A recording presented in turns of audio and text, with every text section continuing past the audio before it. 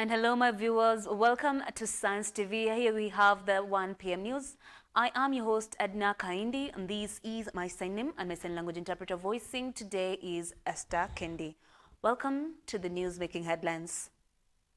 The Higher Education Loans Board Helb has issued a dire warning that it may be unable to fund new university students this academic year, and this is a move that is set to jeopardize the education aspirations of over 450 learners across the country.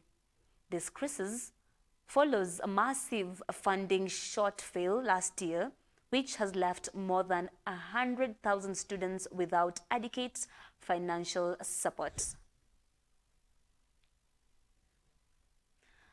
During the recent visits by National Assembly Education Committee, the Helb officials laid bare their severe financial predicament, where the institution revealed a staggering budget deficit, particularly for the incoming cohort of students.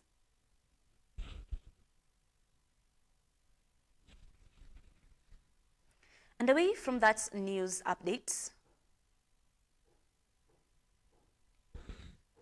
Chief Justice Martha Koome has strongly pushed back against what she termed as external interference and attacks on judicial officers by the political class, reiterating that judiciary's commitment to uphold the rule of law and dispensing justice without fear and favor. Addressing the judicial officers as the chairperson of the National Council on the Administration of Justice, CJ Koome urged them to remain resolute and imperial in discharging their duties despite mounting pressures. She emphasized that the integrity and independence of the judiciary are paramount for functioning of the democratic states. Surely, 50,000 shillings on after invading an hospital and interrupting a cesarean operation. Only 50,000 shillings were granted as cash bail. These lenient bail terms are unacceptable.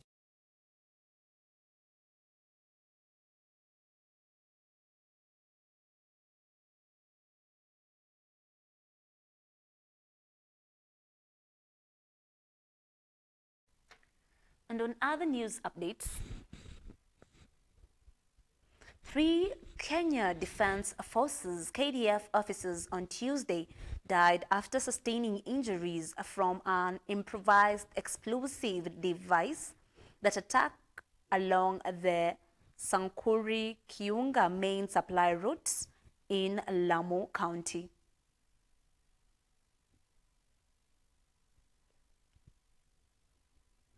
The incident occurred as the soldiers were conducting a routine patrol in the volatile region, which shares a porous border with Somalia and frequently targeted by terrorist groups.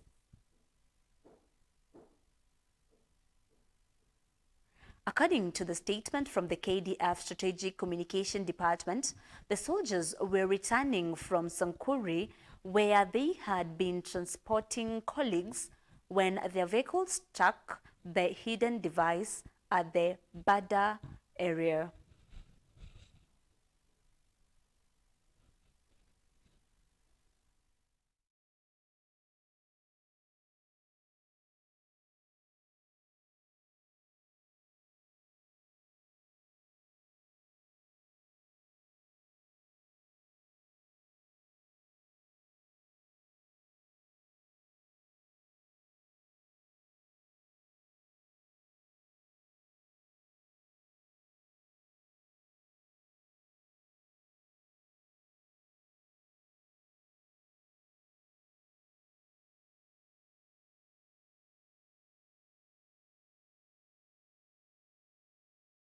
News updates. Ambassador and High Commissioners from 11 countries are collectively welcoming the recent appointment of the new Independent Electoral and Boundaries Commission chairperson, Erastus Edung, and his team of 6 commissioners. The diplomatic community emphasized the crucial role played by independent institutions in upholding the principles enshrined in Kenya's constitution, particularly those pertaining the conduct of free, fair, and credible elections. In a joint statement released on Tuesday, the envoy affirmed their support for the newly constituted electoral body, which was sworn into office on Friday, 11th July 2025.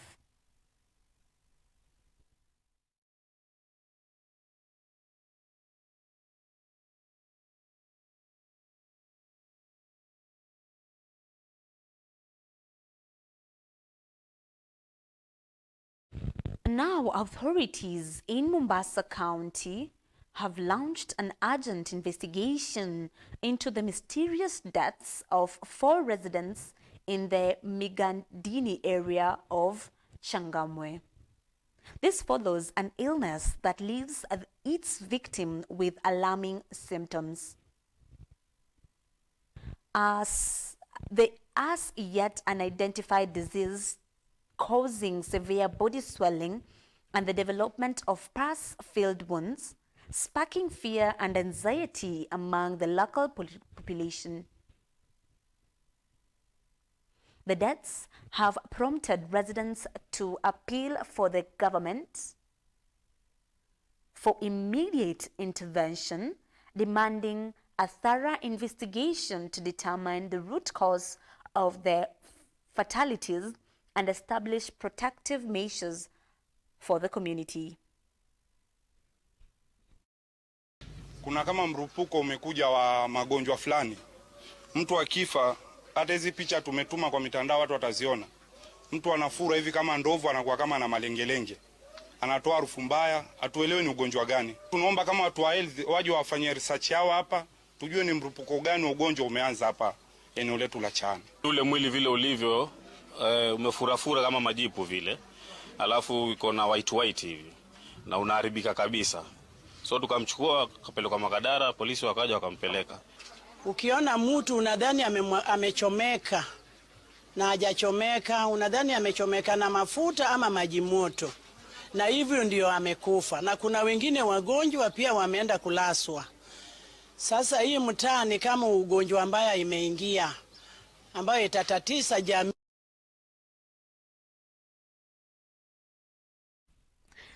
On to our final news update.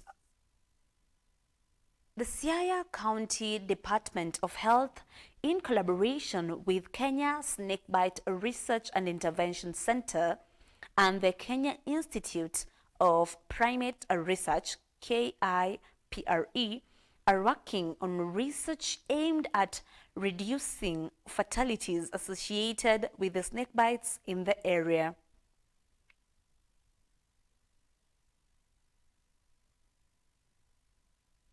The research is focused on improving treatment of victims of snake bites and reducing deaths that currently average to at least 1 person per year. The researcher, Cecilia Wairimu Ngare, who is a public health and clinical research scientist at KIPRE,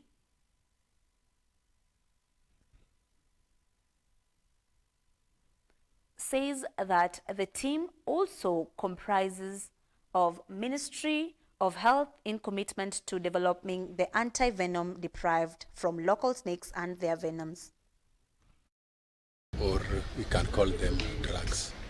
So we wanted a way that, like for example, NTD diseases, which the ones that are found in Sia are like rabies, which is brought by dog bites, and also snake venoming, which is brought by snake bites. We have jiggers, we have schistosomiasis, soil-transmitted helminths, and podoconiasis.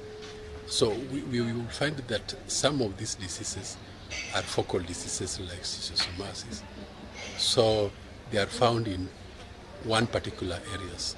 So we were discussing ways how these diseases, the commodities which are drugs or even anti-snake venoms or vaccines could be taken to these areas where through our surveillance system we are able to know that the cases are many. So the next facility where we have several cases, we just want to make sure that the commodities are available in those facilities, because most of these NTD commodities are very expensive. Like, for example, anti-rabies is very expensive. For snake bites, anti-snake venoms are very expensive. And even drugs to treat bilharzia, which is schistosomiasis, is very expensive. So we want to distribute drugs to areas where we have most cases, because some of these diseases are emergency. For example, and now allow me to take a short break and we'll be back with the sports news.